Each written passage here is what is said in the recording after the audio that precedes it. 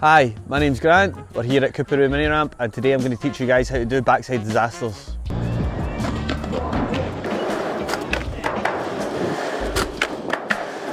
So a backside disaster is where we'll ride up the ramp and we'll scoop the board backside, which is towards our toe side.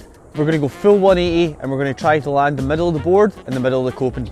Once you land here, you can rock out, roll away and tell all your friends that you're better than them. I was 16 when I decided to learn this one. It took me every day, 2 solid weeks, 2 hours a day, but I just wouldn't give up. I kept watching everyone else do it. I was like, I need to learn that. So before you start doing this, you're going to want to find a mini ramp to practice on. I recommend something around 4 foot as it's not too big and scary, but it's also not too small that you might find it more difficult to do. Before trying this one, I recommend that you want to be pretty comfortable on the ramp, most likely able to do axle stalls, so you're used to turning 180 at the top of the ramp, and probably fakie rocks as well, so you can clear the coping on your way back in. The final and most important piece of this trick is you want to be able to do backside reverts on flat ground. If you can't do them on flat ground, you won't be able to do them at the top of the ramp, which means you won't be able to do this trick. So first we're going to approach the ramp with the same speed as an axle stall. The most important thing that we need to sort out before we hit the coping is our foot positioning. Front foot isn't much of an issue on this one, but I like to have mine just covering the front bolts. But your back foot is the key, so this should be really similar to what you would have for a backside revert. Your back foot should be on the tail of the board with your toes pointing off. This is going to help us scoop a revert at the top of the ramp and get the wheels over the coping.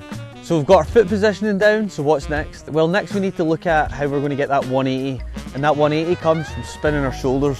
So to do the revert on flat, we need to spin our shoulders in order to turn, and this is the exact same when we get to the top of the ramp. So if you're going to struggle and you're going to get frustrated, this is definitely going to be that point. Remember when I said it took me hours every day for like 2 whole weeks? Well, this is the reason why.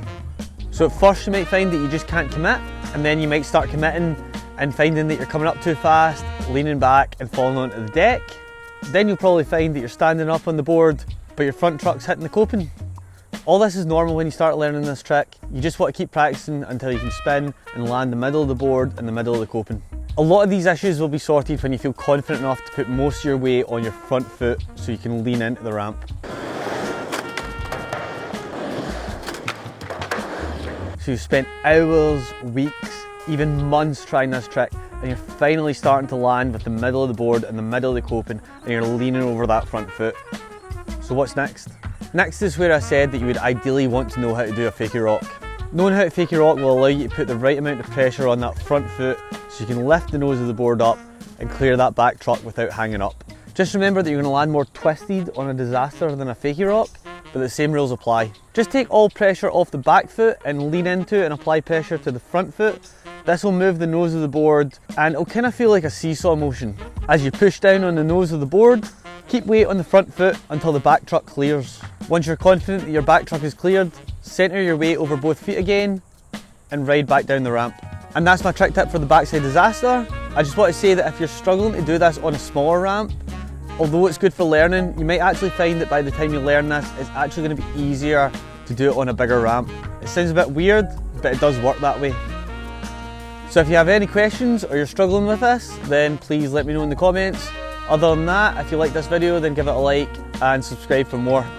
Cheers.